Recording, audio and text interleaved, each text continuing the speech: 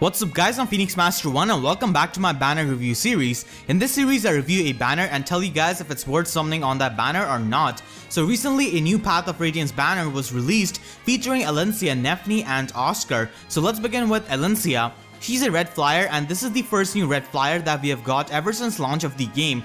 Elincia's stats are fantastic for an offensive unit. She has got base 34 attack and base 36 speed and average defense and slightly above average resistance, but her HP is really low. The reason why she is so powerful is because of her legendary sword Amity. It's a brave sword but with 11 might instead of 8 and speed penalty is -2 instead of -5. So this weapon makes Elincia incredibly strong, capable of one round KOing a lot of units, and since she's already so fast, the -2 speed penalty is absolutely nothing. It's not really that big of a deal. She can quad attack a lot of units with this weapon, and obviously this weapon cannot be inherited to any other unit, so this makes Elincia very unique. Her assist skill is Ardent Sacrifice, which is decent because if you're not running her on a Flyer Emblem team, then you can just run Desperation, and with one Ardent Sacrifice she can get into the Desperation range very easily, so it's a good assist skill to have as she can also run Desperation. Her slot A skill is Death Blow, which is incredible because she has this skill by default, so right out of the box without any kind of investment, she is a fearsome unit. With Death Blow, she reaches 51 attack when initiating an attack. That attack stat is enough to kill a lot of units in just 2 hits.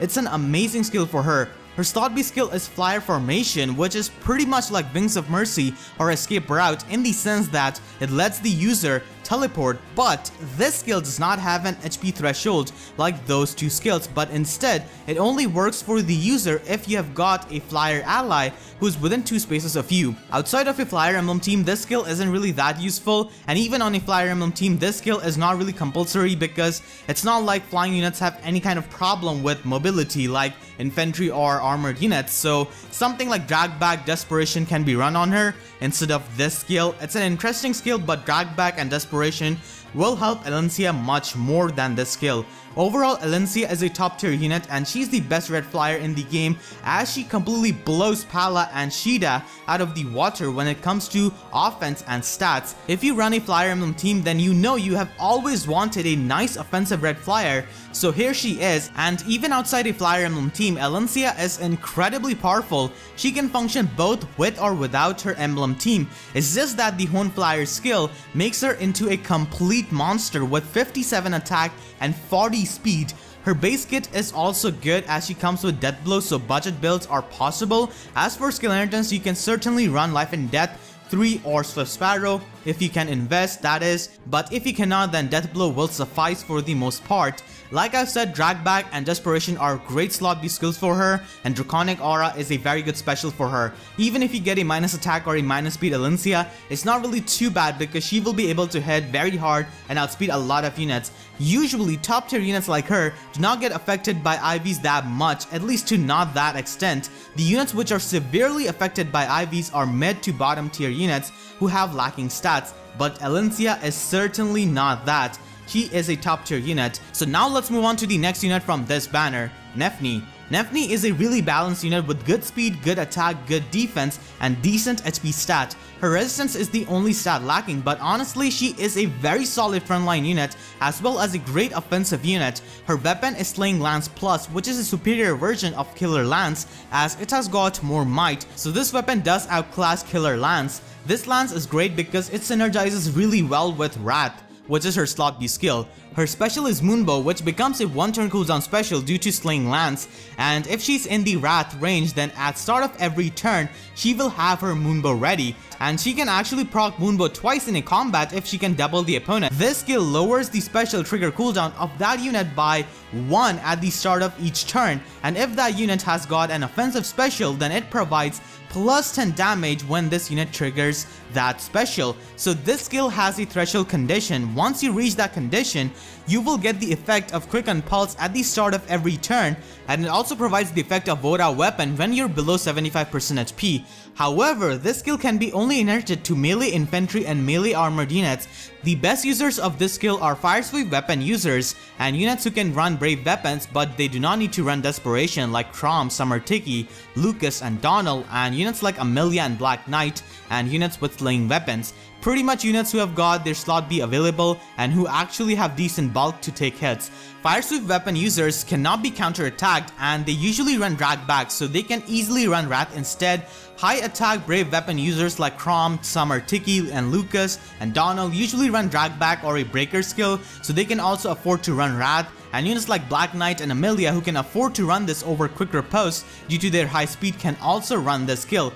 It does synergize well with killer and slaying weapons and to a degree with Ward Out Plus, but keep in mind that Ward Out Plus works best with fast units so that you can charge your specials faster, and Ward Out users commonly run Desperation, so if you run this then you will be completely giving up Desperation, meaning that if your Ward Out user is frail, then your unit will be prone to dying on enemies counter attack without Desperation.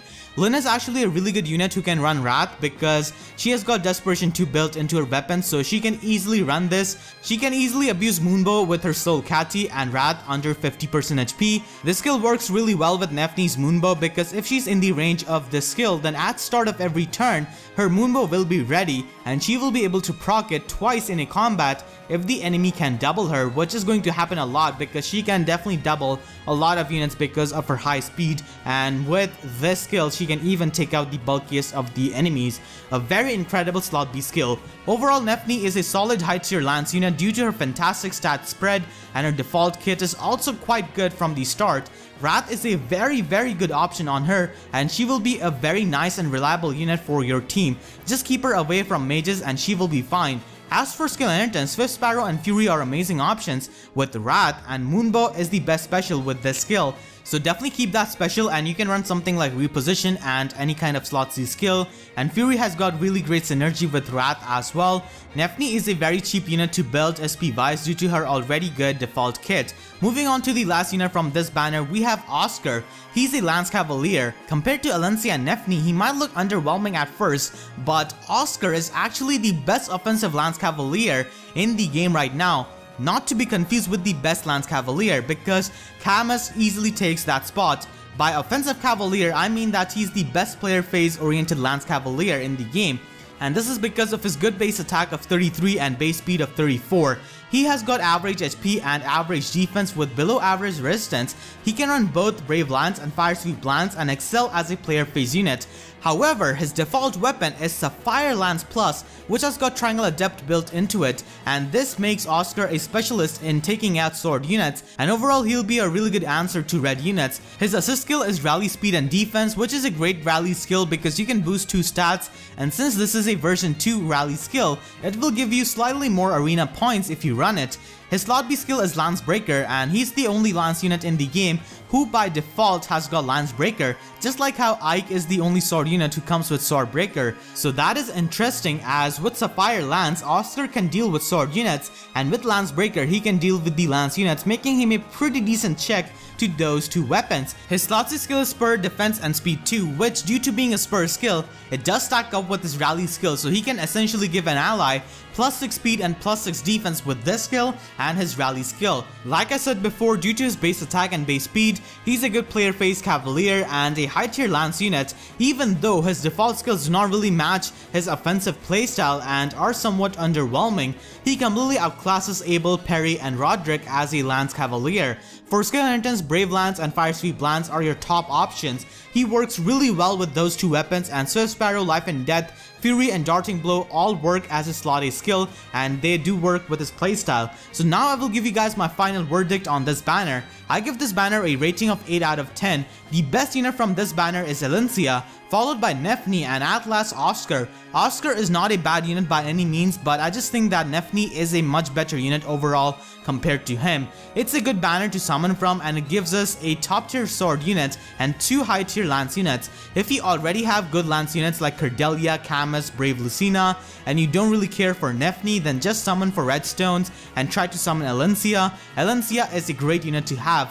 Unfortunately for Oscar, there isn't really a demand for an offensive Lance Cavalier because people typically run Camus or Reinhardt as their blue unit on their Horse Emblem teams, but still, even outside of a Horse Emblem team, Oscar is good. Elencia is definitely worth summoning for, and these units are probably going to be the Tempest Trial bonus units for the 40% bonus, and maybe Elencia, Nefni, Ike, and Sanaki will be the 40% bonus units. That is my prediction. So by summoning on this banner, you can prepare for the upcoming Tempest Trial and build up these units. The next banner is expected to be a Genealogy of the Holy War banner due to the leaks from Favreau, and if you do not know anything about those leaks, I recommend checking out this news video I made. Its link is gonna be in description, so by watching that you'll know the leaks which I'm talking about. So if you like Genealogy of the Holy War more than Path of Radiance, then you can definitely save your orbs for Sigurd, but keep in mind that Elencia is just too good to miss, so consider if you need her or not. Hopefully this video helped you with your decision to summon on this banner, and I hope you enjoyed it.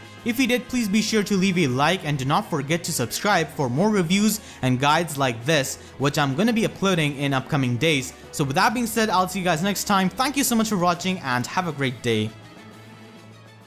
Fight for my friends, fight for my friends, fight for my friends, fight for my friends. I fight for my friends.